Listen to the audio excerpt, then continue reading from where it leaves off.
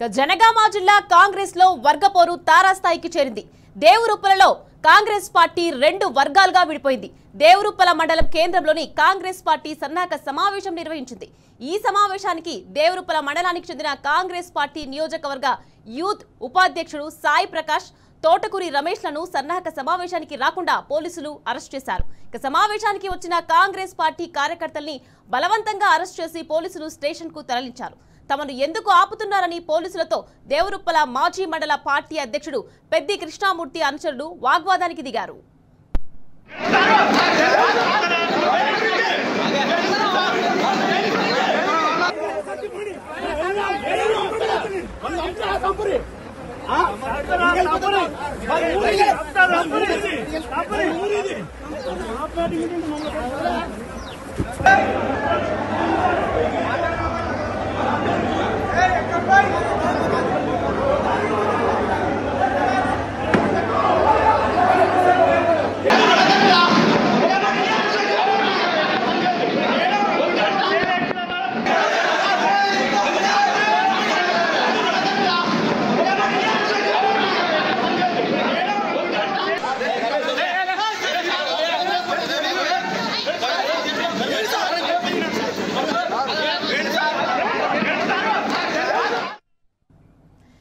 జనగామ జిల్లా కాంగ్రెస్ లో వర్గపోరుకు సంబంధించి మరింత సమాచారాన్ని మా ప్రతినిధి రవికాంత్ అందించేందుకు సిద్ధంగా ఉన్నారు. రవికాంత్, చెప్పండి.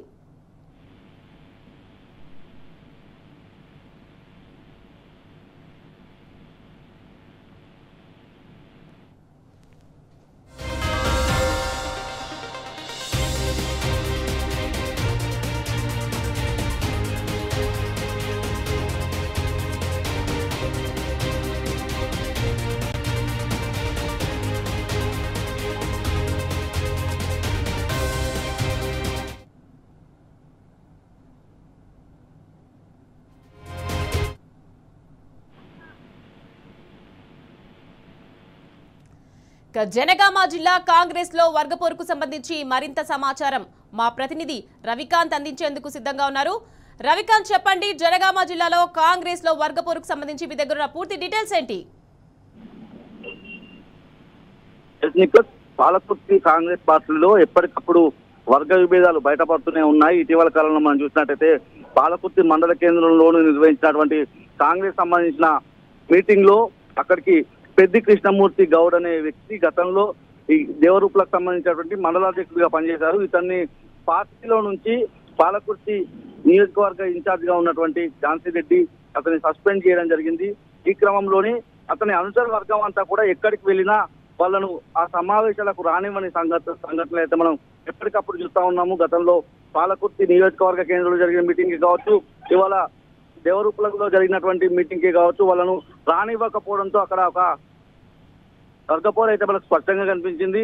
ఏదైతే కాంగ్రెస్ సంబంధించినటువంటి సన్నాహక సమావేశానికి దేవరూపుల మండల పార్టీకి సంబంధించినటువంటి కాంగ్రెస్ పార్టీ నియోజకవర్గ యూత్ ఉపాధ్యక్షుడు సాయి ప్రకాష్ తో పాటు తోటకూరి రమేష్ ని సమావేశానికి రాకుండా అరెస్ట్ చేసి తీసుకువెళ్లారు. అక్కడ ఒక గందరగోళమైన వాతావరణం అయితే మనకు కనిపించింది. అక్కడ వాగ్వాదం కూడా కొనసాగింది.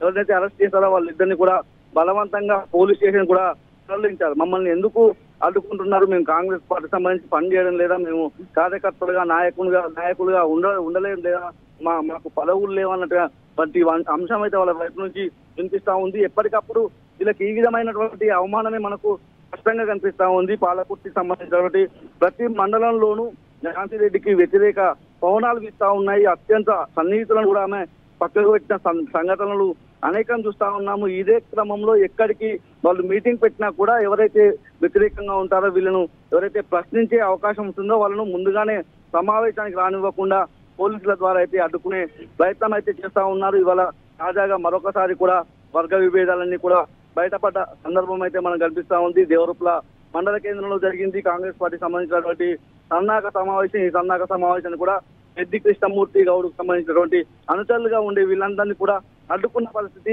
లోపలికి రానివ్వకపోవడంతో ఒక ఉద్రిక్త వాతావరణం అయితే అక్కడ మనకు కనిపించింది. Right, thank you Ravikanth.